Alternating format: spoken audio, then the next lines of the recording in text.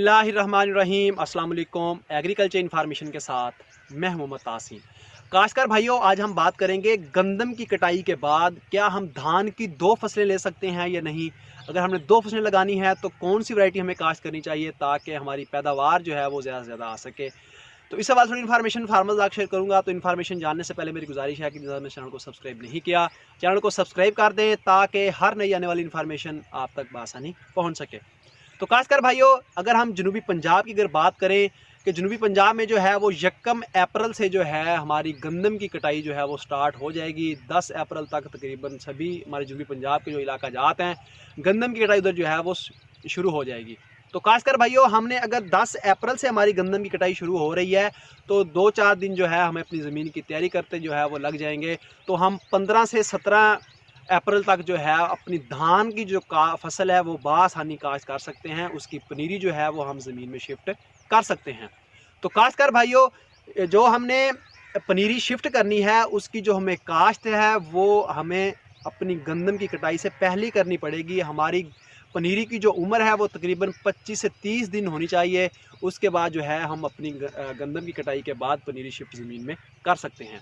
तो खासकर भाइयों, इसमें जो है हम कौन सी वैरायटी का इंतखाब करेंगे। अगर मशहूर वैरायटीज़ की अगर बात की जाए जिनकी जो है वो पैदावार जो है वो 110, 20, 30 मन तक जो है वो आ सकती है। तो इसमें मशहूर वैरायटी जो है वो सनक्राफ्ट ग्रुप की अगर बात करें तो उनके पास डायमंड 109 जो वैरायटी है वो बहुत अच्छी वैरायटी है, लंबा चावल है और 130 मन तक जो है हमारे ज़िम्मेदार ने जो है वो उससे एवरेज हासिल की है। तो इसी तरह ग्रीनलेट के पास एक जो है वो 205 वैरायटी है बख्तावर के नाम से, वो भी बहुत अच्छी वैरायटी है, लंबे चावल हैं और जो है वो 100 से 95-100 दिन में जो है वो पक कर तैयार हो जाती है और उसकी एवरेज जो है वो तकरीबन 110 से 120, 30 मन तक जो है उसकी एवरेज पिछले साल जो है वो रही है।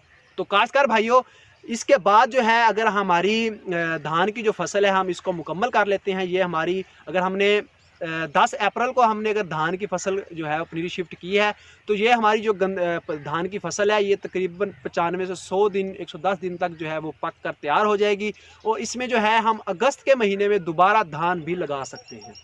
दोबारा धान जो है हम लगा सकते हैं। अगर हमारे फार्मर्स रात ने धान नहीं लगाना तो वो मकई की कामयाबी के साथ जो है वो काश्त कर सकते हैं। तो खासकर भाइयों, ये इस चीज़ का खास ख्याल रखना है कि जनूबी पंजाब के जो इलाका जात वाले हमारे फार्मर हैं उनसे ये गुजारिश है कि अपनी ज़मीन का जो है उसका ख़ास ख्याल रखना है कि ज़मीन जो है वो कच्चे वाट वाली ज़मीन ना हो। अगर कच्चे वाट वाली ज़मीन जो है होगी उधर हमारी जो है वो पानी की कमी रहेगी, पानी हमसे पूरा नहीं हो पाएगा और इसलिए हमारी धान की जो फसल है वो मुतासर होगी। कोशिश करें जो हमारे पक्के वाट वाले ज़रखेज़ रकबा जाते हैं उधर आप धान की जो है वो फसल काश्त कर सकते हैं। एक की बजाय आप 2 फसलें भी काश्त कर सकते हैं।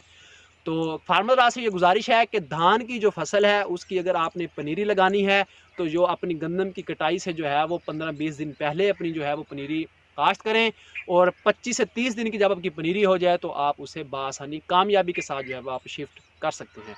मुझे उम्मीद है कि फार्मर रात को इस इन्फॉर्मेशन की ज़रूर समझ आ गई होगी। अगर समझ आ गई हो इसे लाइक एंड शेयर ज़रूर कीजिएगा। आइंदा नई इन्फॉर्मेशन के साथ हाज़िर होंगे, तब तक के लिए अल्लाह हाफिज़।